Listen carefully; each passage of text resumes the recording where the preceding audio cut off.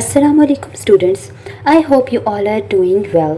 Today I'll tell you that how you can remember clinical anatomy of facial nerve just like a story. So, if you watch this video 2 times, you don't have to review these anomalies even in your exams. Exciting? So let's start. So, before starting our story, please watch my video on facial nerve anatomy because I have used some terms which were used in that video. So let's start our story. हानिया एक खुश इखलाक लड़की थी। एक दिन वो सुबह उठी और आईने में देखा और अचानक हैरान रह गई। उसका आधा चेहरा बिल्कुल हरकत नहीं कर रहा था। उसकी आंखें भी बंद नहीं हो रही थी, एक आंख बंद नहीं हो रही थी और उसके फोरहेड पे रिंकल्स भी नहीं आ रहे थे। ठीक है, और अब वो परेशान हो गई और इसी वजह से वो डॉक्टर के पास गई। सो डॉक्टर्स ने उसको बताया कि ये आर्जी फॉलेज मीन टेम्परेरी पैरालिसिस है जो हाफ फेस को पूरी तरह मुतासर करता है। जैसा कि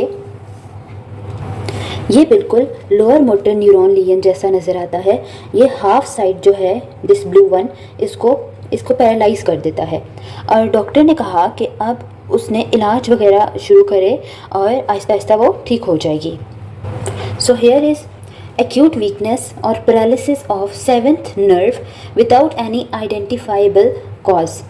So this is temporary paralysis. These are the signs and it occur on one side and recover with treatment in weeks to month. और ये lower motor neuron जैसी होती है। ठीक है, बिल्कुल उस तरह से नज़र आ रही होती है।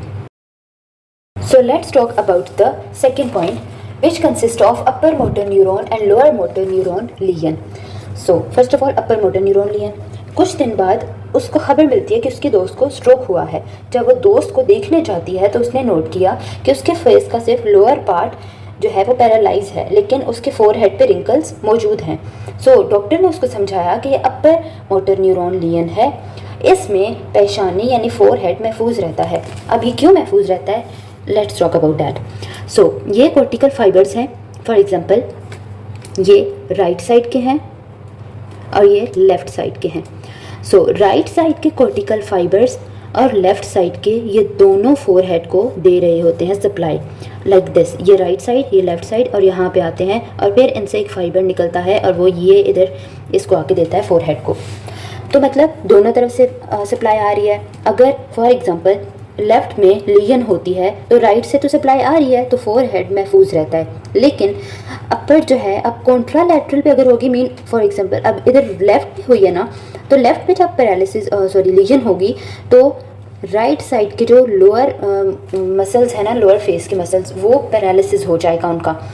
सो now the next is lower motor neuron lesion. Lower motor neuron lesion में क्या होता है कि अब इन दोनों फाइबर्स के मैच करने के बाद एक ही फाइबर निकलता है, ठीक है, जो कि फोरहेड को भी देता है और एक ही है जो कि लोअर फेस को भी देता है। तो जब यहाँ पे लियन होगी लोअर मोटर में तो फिर जो है दोनों साइड, एक ही साइड के फोरहेड में भी और जो है लोअर फेस में भी पैरालिसिस हो जाएगी। सो हाफ फेस की पैरालिसिस हो जाएगी अगर लोअर मोटर न्यूरॉन लियन है, और सिर्फ लोअर फेस की कॉन्ट्रालैटरल साइड पे पैरालिसिस होगी अगर अपर मोटर न्यूरॉन लियन है। So let's talk about the third anomaly which is crocodile tear syndrome. So जब वो बेल्स पाल्सी से रिकवर हो रही थी तो उसने एक अजीब बात नोट की कि जब भी वो खाना खाती है तो उसकी आंखों से आंसू आते हैं। तो उसकी फ्रेंड्स ने कहा कि क्या तुम खाना खाते वक्त रोती हो? तो उसने कहा नहीं, मुझे क्रोकोडाइल टीयर सिंड्रोम हो गया है। और ये कैसे हुआ? जब रिकवरी फेज़ में मेरी नर्व्स गलती से